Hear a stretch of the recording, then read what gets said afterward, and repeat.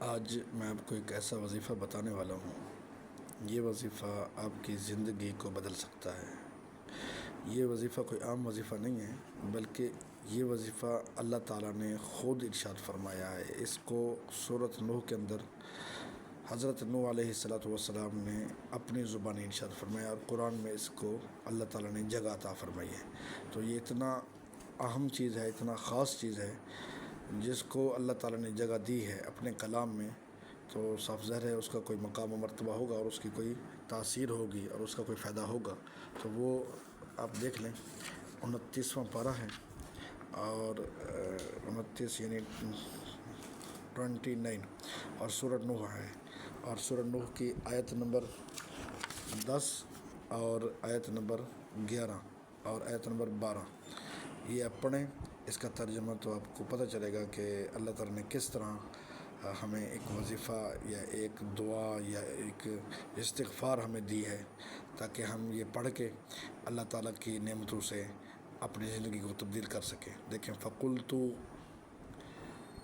میں نے کہا، استغفروا ربکم، اپنے رب سے بخشش طلب کرو، بے شک وہ بخشنے والا ہے۔ یرسل السماء علیکم مدرارا، وہ آسمان سے تم پر بارش برسائے گا، اور وہ بھی زوردار۔ وَيُمْدِدْكُمْ بِأَمْوَالٍ، اور تمہاری مدد فرمائے گا، یہ تمہیں عطا فرمائے گا، بِأَمْوَالٍ، مال، وَبَنِينَ، اور اولاد، وَيَجْعَلْ لَكُمْ، اور تمہیں عطا فرمائے گا، یہ تمہیں دے گا، باغات، وَيَجْعَلْ لَكُمْ، اور تمہارے لیے بنائے گا، انہار۔ یعنی اگر اس کو آپ، اس وظیفے کو اگر آپ پڑھیں گے تو یقین مانیے اللہ تعالیٰ اولاد کی نعمت سے بھی مالا مال فرمائے گا، اور مال کی نعمت سے بھی مالا مال فرمائے گا۔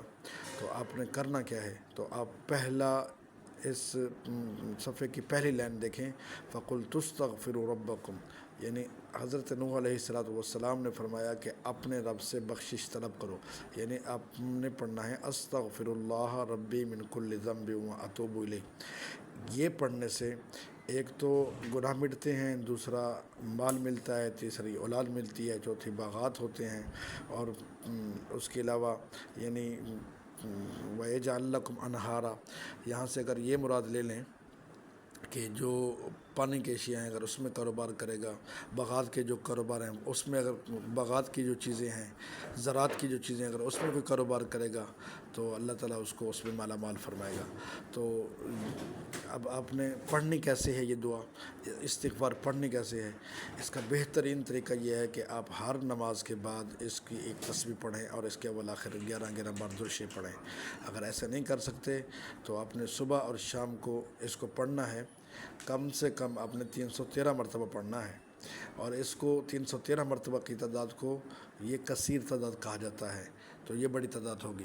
تو آپ یہ استغفار پڑھیں، اللہ تعالیٰ اس استغفار کی مدد سے آپ کو اولاد بھی عطا فرمائے گا، اور اللہ تعالیٰ آپ کو رزق بھی عطا فرمائے گا، اور یہ جتنی چیزیں ہیں، وَيَجْعَلْ لَكُمْ جَنَّاتٍ وَيَجْعَلْ لَكُمْ أَنْهَارًا، زراعت والی اجناس جتنی ہیں اس میں کاروبار کریں گے، پانی والی جتنی چیزیں اس میں کاروبار کریں گے تو اللہ تعالیٰ ضرور آپ کی مدد فرمائے گا۔ تو السلام علیکم۔